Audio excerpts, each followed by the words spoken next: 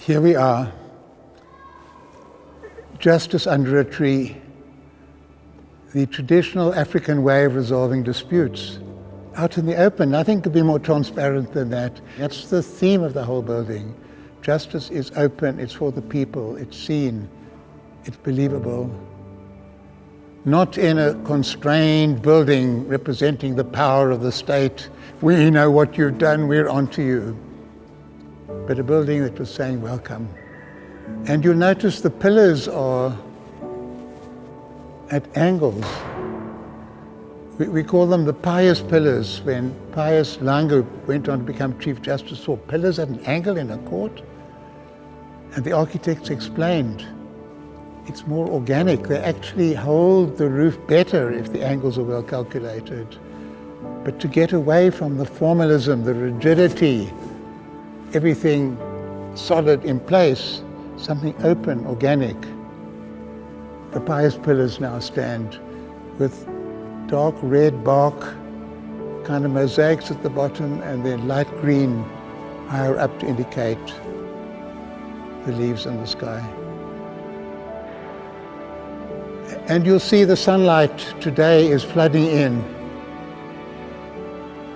It moves across the floor, goes up. And it's not only providing natural illumination, it's putting you in time. You come into this building, most modern buildings, if it's 6 in the morning or midday or midnight, the illumination is the same, it's electrically controlled. Here you're in real time and in real climate. And if it's dark outside, if it's raining, you can hear the rain, you can see the water coming down, and you feel you're in a real universe. Judges are real people dealing with the lives of real people in a very serious way, but never forgetting it's real people out there who are affected by the decisions. Judge Albie Sachs was a fearsome anti-apartheid activist and one of the first judges to sit on the Constitutional Court. Albie was intricately involved in the conceptualization and realization of this building. He has a unique connection to the space that few others do. While exiled in Mozambique, Albie fought against the tyranny of the apartheid state. To silence him, operatives planted a bomb in his car. He survived the blast, but lost his arm and was blinded in his left eye. And here we are, the judges. Look at us. We're not in gowns, we're not wearing wigs. We're not even looking important. And each judge was allowed to dictate his or her own portrait, how you want it to be photographed. To emphasize, each one of us has our own conscience. We swear allegiance to the same constitution, to the same people, to the same law. But each one of us brings to bear our lives, our conscience, our intelligence, our thought, our legal understanding. And you find there's one judge not wearing a jacket. He's wearing a tie, not a jacket. And most are smiling, some are solemn, some like books behind them, some prefer a more natural kind of presentation. But you get a sense of the diversity of our background from all parts of the country. Well, you won't see that in the pictures, but you can see from people who grew up very privileged, people who grew up with conditions of great oppression. We're one court, for one nation, with one constitution, a very diverse population. What was it like when you first met each other when the court was founded in the beginning? Our very first meeting, we were so excited. We'd come from all over the country. We're meeting for the first time now as judges. We'd known each other, all of us virtually, from cases, some from the underground, some from prison. But now we're meeting as judges, and we were so different. And some were rather used to the rather heavy judicial style and heavy judicial jokes and witty jokes, and others were much quieter and softer. some very thoughtful, some talking all the time. We were on borrowed chairs. We had nothing, and we had one chair. I know we had one chair because when Arthur Chaskelson, the first Chief Justice, retired, his secretary, Dorothy Fisher, said she remembers being interviewed by this tall figure of Arthur Chaskelson circling around her, sitting on the court's only piece of furniture, one chair. The big advantage of starting with nothing, you can invent yourselves. From one chair to this? Was because we weren't entering a building already established under apartheid with the heaviness, the imported quality of our justice, the solemnity, the inducement of fear, the patriarchy, the pictures of dead white male judges up on the wall, so banal. One day I'm going to be a dead white male judge, there's nothing wrong with that. But if that's all you see, it's saying only men mattered, only whites mattered, a simple thing like that. We could invent ourselves, so we invented this building with its own ambience. It was a decolonial building. We'd never used the word decolonized, but our heads were decolonized. We wanted a new building for a new democracy, the same people, but renewing themselves in the light of the Constitution. And I must say, this building stands up so well. When we see it on television now, important cases being filmed here, I just get such a charge, not just from the erudition, the importance of the decisions, but from the ambience, from the boldness, from the confidence we had in our architects, our artists. We're not copying a building from America, or a building from England or from Germany or anywhere else. We're creating, as we got our own constitution from our own struggle, we're creating our own building to house justice in our developing South Africa. This beautiful building is open to the public every day. One doesn't have to book or register. Anyone can visit or even watch a case that is being heard by the court. It is truly transparent and open in this way. We developed our own logo. It's not the blindfolded lady with the scales of justice.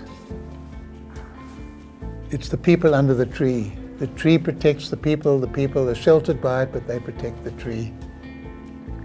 With hints of the South African flag. We were different from other courts. We were not trying to copy other courts. We were trying to draw on the best of legal thinking throughout the world, but giving it our own shape, our own context, our own resilience, our own rootedness in our own society. I used to walk in as a judge from the back and take my seat. Now I'm walking in as a member of the public. When I came, I had a lift every time, dispensing justice, upholding the basic rights of the people. And when I visit now, I have a lift every time. This is just such a gorgeous space. Beautiful. And I see the Nguni cowhide skins, traditionally associated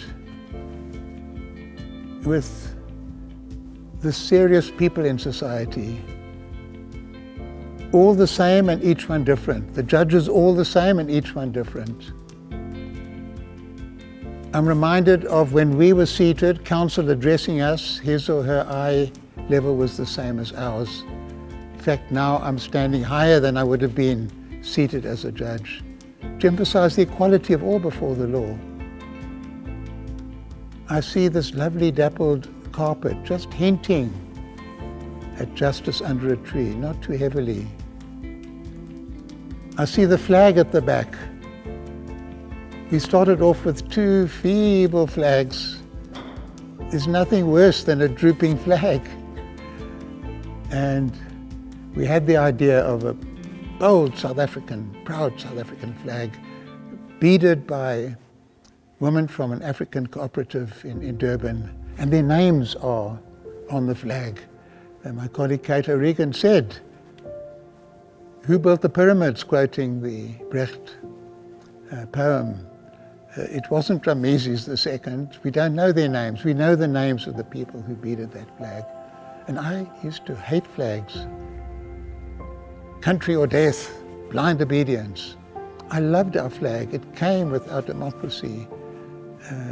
It's possibly the most improbable flag in the world with too many colors and crazy design, but it came with our democracy, it represents our democracy. And every time when I left, I would make sure my gown just touched that flag. I see these bricks on the wall. These bricks are from the awaiting trial block, the one precious building of this old prison that we had to destroy, but we kept the bricks. The very bricks that lock people up are now protecting the rights of the people. I remember when we had an opening ceremony and there were about 30 judges from South Africa, from all over different provinces, and they saw the bricks. They thought we'd run out of plaster, and I had to explain, these are historic bricks. We leave them as they were, rough, unfinished, like life is rough and unfinished. I see the gallery at the top. It's for the press, and the photographs of the court in session always are taken from there.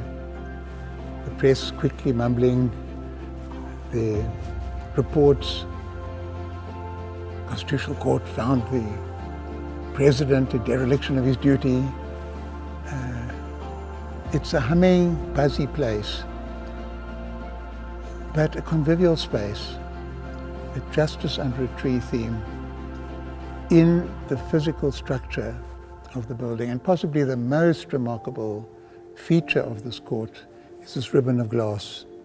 It runs all the way around, and it's a reminder justice is not cloistered, it's not cut off from the world. There are people out there. And I'm always amused when I was sitting on the bench and I would see, you just see the knees and thighs of people walking by, and you can't tell if it's black or white or brown or man or woman. And I thought, that is our non-racial, non-sexist world. It's humanity going by. And it's justice literally for the man on the street. Another notable feature of the Constitutional Court is its eclectic art collection. The curation of the collection was primarily driven by Albie Sachs and Yvonne Machoro, another one of the court's very first judges. Albie has an intimate knowledge of all the pieces on display. These tablets behind me here are by the conceptual artist Willem Boshoff. And he had the very remarkable idea of getting a kind of black marble from South Africa and scratching on it the number of days, weeks, months, years that Nelson Mandela and the other Rivonia trialists spent in jail. Prisoners are supposed to mark off the days on the walls. He's the artist marking off the prisoners, marking off the days on the walls. And it's such a simple testament to their endurance and their courage and their vision and idealism. It's not triumphalist. We won, long live victory, long live the struggle. It's very compact, it's very intense, it's very moving. My friend Dennis Goldberg, we'd been in a youth movement together. He spent 22 years in jail as one of the accused. And I brought him here. I didn't tell him. He was very, very moved at seeing this dignified representation. If you look at the Mandela days, you can see here a week, 6 days to stroke through. Painstakingly he carved all the days, and you can read the total here. Nelson Mandela, 11th of June 1964 to the 11th of February 1990, 9,377 days. And so it is with each one of the accused. Balancing out that statement, the final words of Nelson Mandela at his trial, on trial for his life. It is an ideal which I hope to live for and to achieve. That's the ideal of democracy and equal rights. But if needs be, it's an ideal for which I'm prepared to die. Nelson Mandela, Rivonia trial, 1964. And one of my colleagues said that artwork changed her life. It made her realize, why is she a lawyer? Not just a job, not just an interesting job, not just a useful job helping people, but something that would reach deep inside to her, deep inside. And it's the power of art. We don't live simply by bread. We don't live simply by ideas. We live by heart, compassion, soul, spirit, feeling, imagination, longing, fear, dread. All of these emotions and themes are part and parcel of who we are as human beings. And they're part and parcel of what it means to be a citizen. If you're frightened, if you're terrorized, if you're afraid, if you hate yourself because you are who you are, all of these things deny you complete moral citizenship, the right to be the kind of person we imagined when we were fighting for freedom in the country. The Law Society of South Africa decided they were going to offer us some interesting pictures for our walls. That's the way they saw it. And they gave us big pictures of Kruger National Park with giraffes and elephants and the boss and so on. Boring. And being on the artworks committee, we had no money. We were given 10,000 rand, with which we bought one picture, out of which we made a tapestry. But the artists gave us their work. They were so thrilled to be invited to contribute. Galleries gave us some work. They were also thrilled to be involved in this project. I saw this particular piece. And it's the total opposite of these feeble pictures of the veldt and grazing animals and so on. It's carved from one piece of wood by an artist I hadn't heard of before called John Baloy. And it's called The Sentinel, a spirit. It's almost like an African spirit guarding the court. And it has an elegance and a beauty, and for me it represents a kind of idealism soaring up into the air.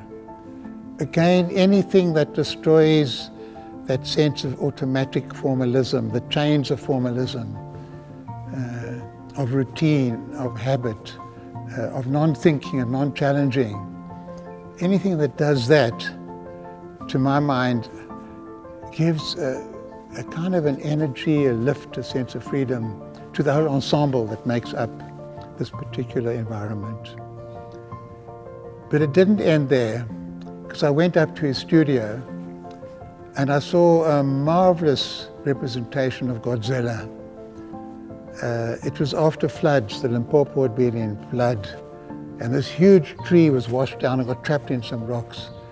And he retrieved that tree, and he wanted to deal with the violence of the water. And he'd seen the Godzilla films of this crazy creature emerging from the ocean floor, and he carved Godzilla. And if you look outside, there you'll see Godzilla. It was too powerful, too mighty for the court itself. It just wouldn't fit in anywhere. So it's a kind of a guardian outside there. Very powerful, very strong, very violent and very funny. It's not terrifying, but you don't mess with it. I bumped into Cecil Scottness, and I'd seen and admired his work, the Grahamstown Arts Festival and elsewhere. I said, you know, Cecil, we're opening our new court. We'd like a nice piece of art. Do you have any ideas? And he very shyly said, well, there was something that might interest us. And I went to his house afterwards. He'd actually almost completed this picture, which he'd made his representation of the spirit of democracy. And he was shy about it, and I thought it was marvelous. Arthur Chaskelson wasn't sure. This isn't your typical artwork that you get in a court. You expect to see the Magna Carta, boring. Blindfolded woman, scales of justice, boring. And Arthur consulted with a friend whom he trusted more than he trusted me. Thumbs up, Albie. And this opened the way for everything else. If there'd been a negative response to this, we would have ended up with the blindfolded woman with the scales of justice, boring non-art art. And it gave us the courage then to invite other artists to contribute. Strange thing is, we didn't make a space for an art gallery, but the whole building becomes not an art gallery, it becomes a building infused with art. Some of the most exciting art, in fact, we had competitions for the lampshades, the nosings on the stairs done by an African woman potter. Outside, instead of a wall, it's like another prison, these movable pieces, the amazing light that you get filtering through the patterns and shades are beautiful, and then we put in artwork. If you have funding, then you have a procurement committee, and usually one strong person dominates, or it's lowest common denominator. But when you don't have money, the collection collects itself. It's serendipitous. And the one thing that unites it is love. It's given with love and received with love, all the artwork. And so we ended up with a very extraordinary collection. Now look at our shadows going down there. In what other court in the world will you get patterns like that? Revealing human beings, revealing the sun, the kind of texture of the wall, the texture of light. So this is really the walkway from the entrance to the court, the foyer, the court chamber itself, down to the library. But the walkway itself becomes beautiful. It's not dazzling beauty. It's not razzmatazz. It's not done with exotic lighting and all sorts of effects. It's just the very structures, the fabrics, the textures. The artwork is done on a similar kind of principle of the artist's part of the world, thinking about the world, feeling about in touch with their intuitions, their technique, their skills, and representing something, a moment in their life, a series of thoughts, a combination of dreams, comes into the artwork, and then that piece of artwork ends up in the court, and it's done by people who don't even know they're artists. They're weavers and crafters living in rural areas, doing beautiful things, or famous artists like Marlene Dumas or Dumilifeni, who know they're artists, some driving themselves mad with their art. I would sit with my law clerks, often till after midnight. I sometimes used to think I'm the worst kind of exploiter, because I get my exploited law clerks to think they're doing something marvelous. But it was physically exhausting, pushing, writing, rewriting, discovering, arguing, debating.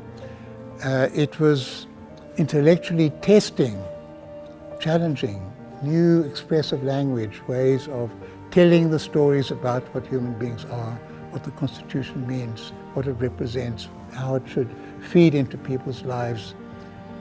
And exciting.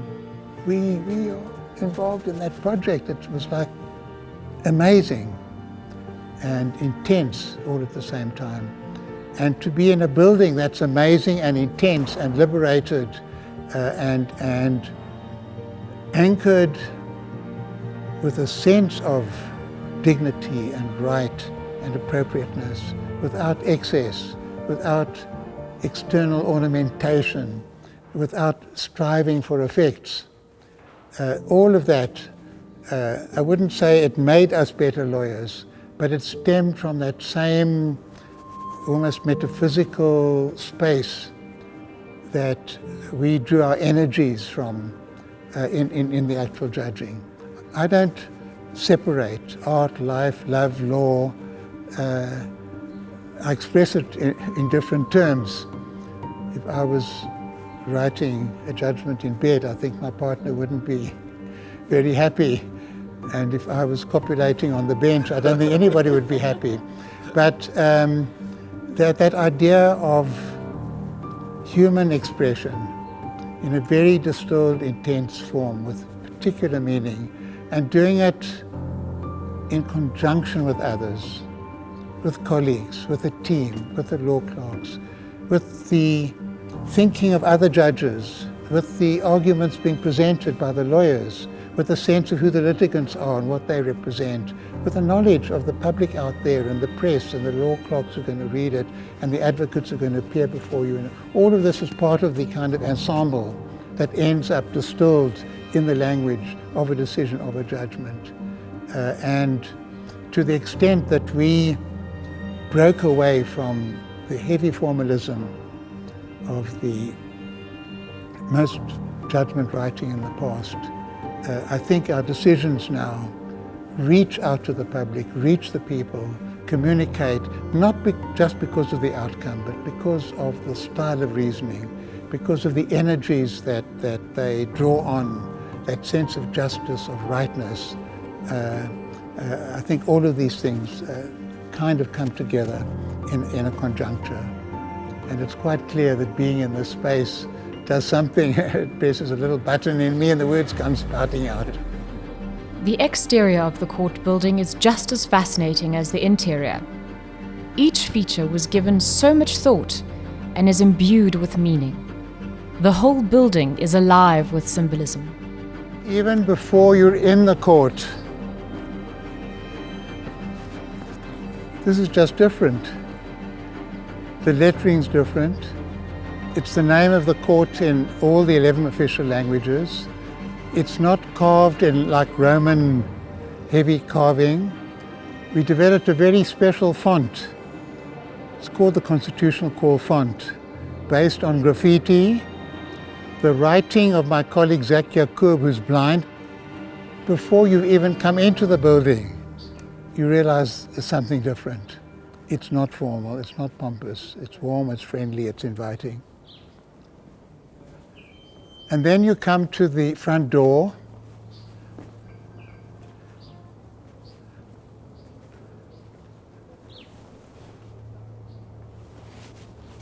Recognize sign language. Themes from our Bill of Rights carved in sign language. The names of the artists here.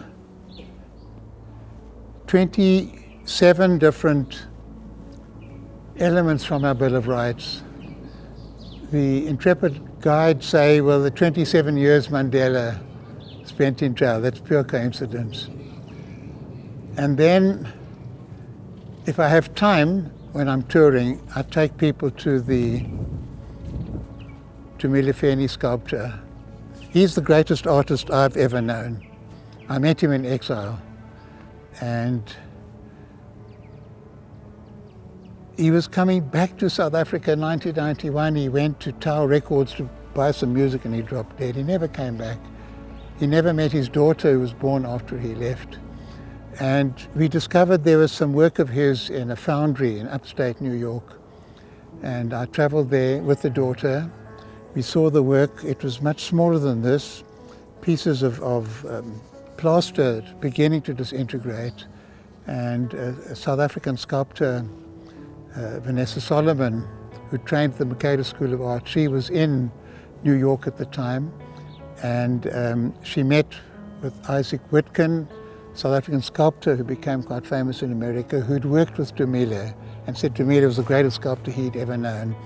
It's called History, and Dumile explained that in history some people pull others along.